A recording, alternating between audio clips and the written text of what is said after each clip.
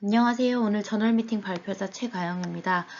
저는 지난 발표에 이어서 이 장기 코로나에 의한 코로나 증상이 지속되는 이 장기적인 코로나로 인한 신체적 증상, 그리고 조금 더 상세하게는 자율신경계 반응의 변화에 관한 논문을 소개해 드릴 예정이고요.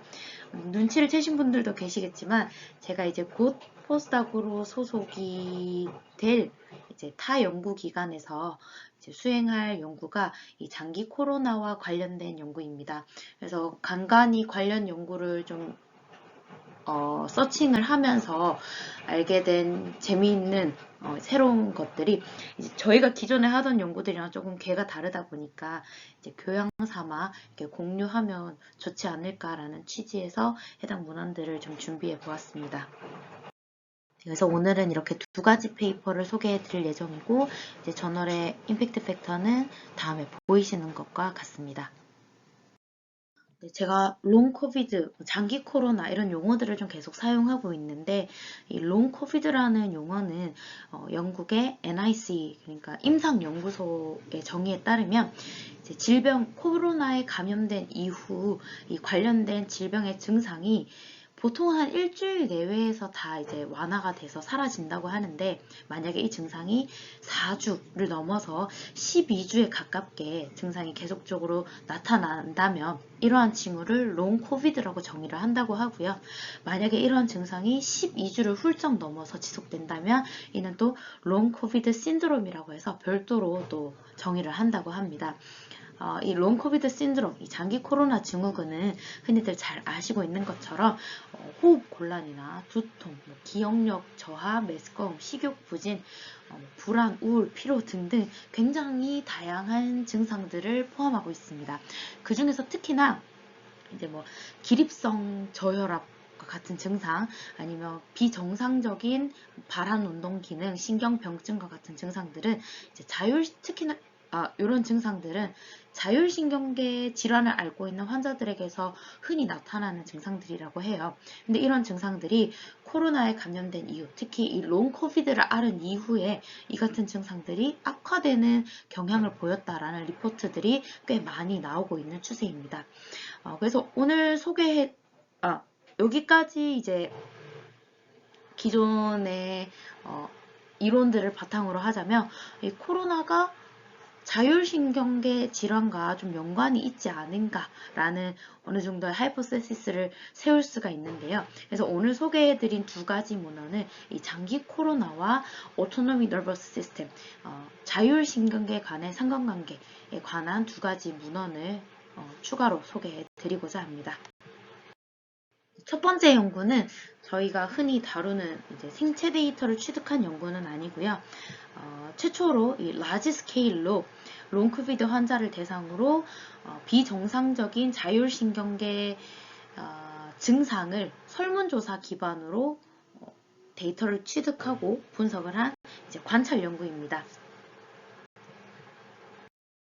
네, 본 연구에서는 총 356명의 코로나 환자를 대상으로 설문조사 데이터를 취득을 했는데요. 이 컴패스 31 캐스트네어라는 것은 자율신경계 증상의 심각도를 정량화하기 위해서 이제 널리 임상적으로 사용되는 설문지라고 합니다. 이 설문지는 자율신경 장애를 6개의 영역으로 구분하는데요. 이제 기립성 불내증이라고 해서 자리에서 일어났을 때 느끼는 다양한 이제 증상들에 관한 것, 혈관 운동, 분비 운동, 침샘이라던가 이런 분비 운동, 위장관, 소화기, 그리고 방광이나 동공 운동과 관련된 이제 총 31개의 질문으로 구성이 되어 있습니다. 각 영역 내 총점에 이제 별도의 가중치를 부여해서 합산해서 총 0점에서부터 100점까지 0에서 100 스코어 값을 가지는 설문지입니다. 그래서 이 컴패스 31의 총합 점수가 16.4점을 초과하게 되면 이제 초기 자율신경계 기능 장애를 가지고 있다. 그러니까 자율신경계 기능 장애의 초기 증상이 보인다라는 것을 의미한다고 합니다. 총 356명 가운데 이제 약물을 복용하거나 기타 본 연구에 적합하지 않다고 판단되는 34명을 제외하고 322명을 최종 분석에서 사용했습니다. 그 중에서도 컴패스 31 스코어가 16.4 이상을 나타내는 피험자들만 추렸을 때 총 69, 전체 피험자 중 69%에 달하는 롱 코비드 환자들이 이제 설문조사를 기반으로 했을 때 자율신경 기능 장애 증상을 보이는 것을 확인할 수 있었습니다. 특히 여기서 좀 관심 있게 볼 만한 재미있는 부분은 대부분의 이 롱 코비드 환자들이 12주 이상의 증상을 호소했으면, 그러니까 즉 롱 코비드 신드롬으로 넘어가는 대상자들이 많았으며, 이제 그 중에 특히 여성의 비중이 73%로 굉장히 높은 것을 알 수 있었습니다. 앞서 설명드린 설문조사 6가지 카테고리 중에서도 위장운동과 기립불능 증후군, 자세 변화에 따른 증상이 가장 많이 영향을 받는 증상 중 하나라는 것을 확인할 수 있었습니다. 사실 결과는 굉장히 간단하게 리포트가 되어 있었는데요. 해당 연구를 조금 정리를 하자면 이 자율신경 장애의 증상은 장기 코로나 증후군 환자들에게 꽤나 흔히 나타나는 증상이고, 그 중에서 가장 큰 영향을 받는 것은 이 컴패스 30일 설문조사를 해봤을 때 위장 기능, 그리고 기립불능 증후군, 그러니까 자세 변화에 따른 뭐 어지럼증이나 이 비틀거림과 같은 증상들이 나타나는 것이 가장 대표적인 증상이었다고 합니다. 해당 연구는 2022년에 리포트가 되었는데요. 사실 코로나 바이러스가 이제 창궐하고 이제 300명 이상의 대규모의 데이터를 수집하기까지 굉장히 오랜 시간, 그리고 이걸 해석하기까지, 데이터를 축적하기까지가 꽤나 많은 시간과 노력이 필요한 작업이었기 때문에 결과 자체가 막 복잡하고, 그러니까 분석하는 과정 자체가 굉장히 뭐 복잡하고 많은 정보를 제공하지는 않지만 이 데이터 자체가 귀하고 최근에 굉장히 핫한 이슈이다 보니 이런 간단한 결과만으로도 꽤나 좋은 저널에 리포트 될 수 있었던 것이 아닌가라는 생각이 들고요. 다만 이 연구에 좀 리미테이션도 분명히 존재를 합니다. 말씀드린 것처럼 해당 연구는 관찰 연구이기 때문에 이 장기 코로나 증후군과 자율신경장애 증상 사이에 연관성이 있다 없다만을 보고하고 있습니다. 따라서 뭐 그에 따른 인과관계나 기저의 메커니즘에 관한 사실을 뭐 이제 결과를 증명하고 있지는 않고요. 그리고 이 자율신경 장애를 단순한 설문조사가 아니라 이제 자율 반사 검사, 아니면 발살바 호흡법이나 아니면 운동 축삭 반사 등 이 자율신경 검사라는 그 운동 검사라는 게 별도로 있습니다. 그래서 이런 특정 검사를 통해서 자율신경 장애를 검증을 한다면 조금 더 객관적인 검증이 될 텐데, 본 연구에서는 그런 연구는 이루어지지 않았다는 점이 조금 아쉬운 점인 것 같습니다.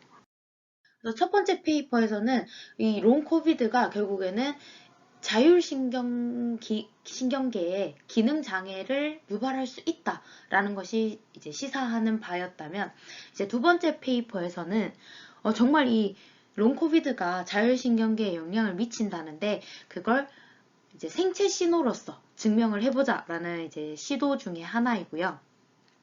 이 자율신경계는 크게 교감신경, 부교감신경으로 나뉘는데, 이 교감신경, 부교감신경의 활동성을 나타내는 주요 지표 중에 하나가 이제 HRV라고 하는 심박 변이율입니다.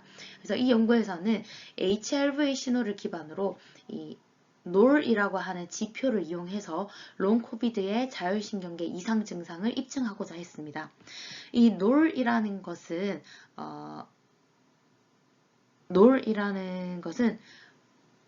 사실 통증 수준을 나타내는 지표인데요.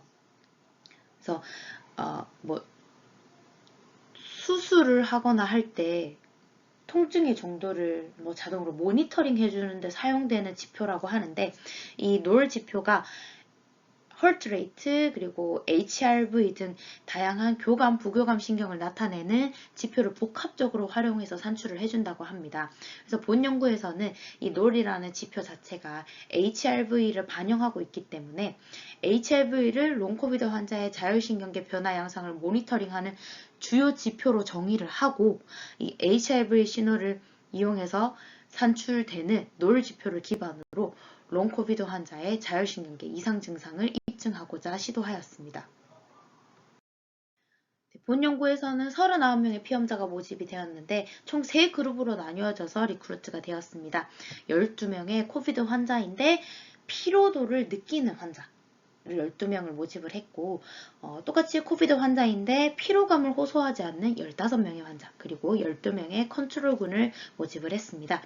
앞서 설명드린 것처럼 이제 놀 지표라는 것을 활용을 하는데, 이 놀 값은 이 PPG를 이용을 해서 산출이 됩니다. PPG에서 측정된 신호를 랜덤 포레스트 리그레이션 모델을 이용해서 0에서 100 스케일 값으로 변환해서 값을 제공하게 되는데요.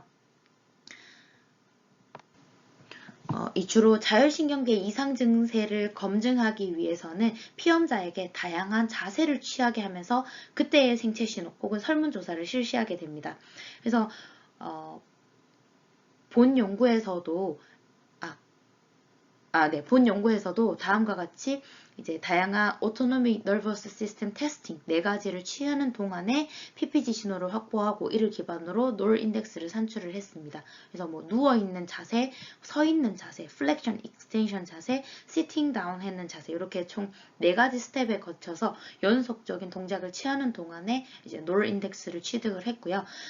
다른 건 다 좀 이해가 되는데, 이 플렉션 익스텐션이 저희는 흔히 이제 손목을 이제 플렉션 익스텐션 하는 걸 생각을 하는데, 이게 되게 범용적으로 사용되는 용어더라고요. 이렇게 허리를 숙이거나 뭐 젖히거나 아니면 다리 무릎 관절을 뭐 플렉션 익스텐션 할 수는 있는데, 이 논문에서는 어떤 플렉션 익스텐션을 했다라는 정확한 설명은 별도로 되어 있지 않아서 어쨌든 뭔가 이렇게 굽혔다 폈다 하는 활동성이 있는 동작을 취했다라고 이해를 하시면 좋을 것 같습니다. 다음은 본 연구에 참여한 피험자들의 이제 그룹별 데모그래피 정보를 나타내고 있는데요. 여기 빨간색으로 박싱된 이 2가지 지표가 피로도와 관련된 지표입니다. 그래서 이 지표를 기반으로 피로를 느끼는 코비드 그룹, 피로를 느끼지 않는 코비드 그룹으로 구분을 했었고, 이 피로도에 따른 유병기간의 차이는 없었습니다. 그래서 이 유병기간의 차이를 포함해서 뭐 BMI나 체중 변화, 뭐 ICU, 중환자실 입원율 등등 피로도 유무에 따른 군간의 통계적 차이는 없는 것을 확인할 수 있었습니다. 네, 다음은 시간에 따른 놀 지표의 변화 그래프를 나타내고 있습니다. 이 수행한 태스크에 따라서 지표가 등락하는 것을 알 수 있는데요. 일반적으로 누워 있을 때 대비 서 있을 때, 즉 활동을 할수록 교감 신경이 활성화되고 심박이나 혈압이 상승한다고 알려져 있습니다. 현재 그래프를 보게 되면 시간이 지날수록, 즉 활동성이 커질수록 이 초록색 라인의 컨트롤 군과 그러니까 피로도를 느끼는 코비드군, 그러니까 빨간색 그래프 군간의 놀 인덱스 차이가 극명하게 달라지는 것을 알 수 있는데요. 사실 육안으로 봤을 때는 피로도를 느끼지 않는 파란색 라인도 꽤나 차이가 나 보이지만 통계적 차이, 컨트롤 공간의 통계적 차이가 나는 것은 이 피로도를 느끼는 환자군에서만 통계적 차이를 보였다고 합니다. 좀 이 그래프가 나타내는 바를 해석을 하자면, 즉 환자의 경우에는 자율신경계 이상 증상으로 인해서 이 컨트롤군 대비 HRV 조절이 원활하게 나타나지 않는다. 또한 이 스텝 4에서 활동을 하다가 안정상태로 접어드는, 시팅다운 상태에서 안정상태로 접어들 때에도 정상인의 경우에는 급격하게 놀 지표가 떨어지면서 안정화되는 반면에 환자군의 경우에는 그 변화폭 자체가 크지 않기 때문에 이 자율신경계 변화가 즉각적으로 활발하게 일어나지 않는다라는 것을 시사하는 것을 알 수 있습니다. 두 번째 결과가 굉장히 간략한데요. 서머리를 해보자면 피로를 동반하는 코비드 환자분은 이제 대조군 대비 이 HRV 조절 장애가 나타나는 것을 노을 지표를 통해서 확인할 수가 있고, 이는 곧 자율신경 장애가 발생했음을 시사한다는 것을 알 수 있습니다. 조금 더 이제 연관관계에 대해서 이해를 해보자면, 어쩌면 자율신경 장애가 이 피로를 유발하는 요인이 될 수도 있지 않을까라는 점을 조심스럽게 생각해 볼 수 있을 것 같고요. 또 피로를 느끼는 코비드 군이 이제 자율신경 장애가 나타났다고 하니까 어쩌면 조금 더 상대적으로 피로를 느끼지 않는 코비드 환자군에 비해서 중증도가 더 심각했기 때문에 이런 증상이 나타난 것은 아닐까라는 생각을 해볼 수 있을 것 같습니다. 하지만 여기서도 좀 아쉬운 점이 태스크를 순차적으로 진행을 했어요. 누워있다가 일어서 있다가 플렉션 익스텐션을 했다가 시팅 다운, 이렇게 순차적으로 진행을 했기 때문에 이 프로토콜을 이제 크로스 밸리데이션을 했을 때에도 활동을 하다가 레스팅을 하다가 활동을 하다가 레스팅을 하다가 이런 패턴을 조금 더 다양하게 보여줬다면 더 좋았을 것 같고, 지금은 놀이라는 약간 대체 지표를 사용을 했는데 그러지 말고 실제 HRV를 값을 측정을 해서 비교를 하면 조금 더 좋지 않을까, 그리고 좀 더 다양한 정보를 제공할 수 있지 않을까라는 리미테이션을 조금 안고 있는 것 같습니다. 네, 오늘 이렇게 두 가지 페이퍼를 살펴봤는데요. 이 두 개 페이퍼랑 별개로 이 생지 기반의 코로나 바이러스 관련 연구를 살펴보면, 이 생지에 코로나 바이러스인 이 사스코브 바이러스를 인젝션을 하게 되면 ACE2라고 하는 안지오텐신 효소에 영향을 미치고, 이는 곧 심혈관 조절, 부교감신경 손상을 초래하기도 하고, 이 반대로 교감신경을 과잉 활성화시켜서 위장 기능 장애, 빈맥, 고혈압, 다한증, 심근 손상 등 흔히 롱코비드에서 발현하는 증상과 유사한 증상을 발현시키는 가능성이 있다라는 연구 결과가 있습니다. 그래서 이 롱코비드 환자들에게서 나타나는 자율신경계 이상 증상이 신경학적 메커니즘은 아직 밝혀지지 않았지만 이런 효소나 셀 단위에서는 어느 정도 그럴 수 있겠다라는 근거가 뒷받침되는 연구들이 좀 진행이 되고 있기 때문에 신경생리학적으로 이걸 풀어나가는 게 굉장히 좀 중요하고 의미 있는 연구가 될 것 같다라는 생각이 들고요. 그래서 이 HRV를 굉장히 초점을 많이 맞추고 있지만 HRV 외에도 자율신경계와 관련 있는 다양한 생체 지표들을 함께 활용해서 멀티모달 기반의 신경생리학적 근거 기반 바이오마커를 좀 개발을 하고, 이 특히나 회복되는 게 중요한 거잖아요. 이 리커버리 과정에서의 이런 생리학적 패턴 변화, 양상 변화를 확인해 본다면 그 또한 굉장히 좀 의미 있는 연구가 되지 않을까라는 생각을 해보았습니다. 사실 지금 수행하고 있는 많은 연구들이랑은 크게 접점이 없는 주제인 것 같다는 생각은 했습니다. 근데 저널 미팅의 취지가 이제 지식을 공유하는 것도 있기 때문에 이런 기회에 이런 분야도 있구나, 이렇게 접근을 할 수도 있구나 라는 것을 그냥 조금 머리를 식히고 발상의 전환을 갖는 시간이라고 생각하면 좋지 않을까라는 생각에 오늘 조금 다른 주제를 준비를 해보았고요. 네, 오늘도 긴 발표 들어주셔서 감사합니다.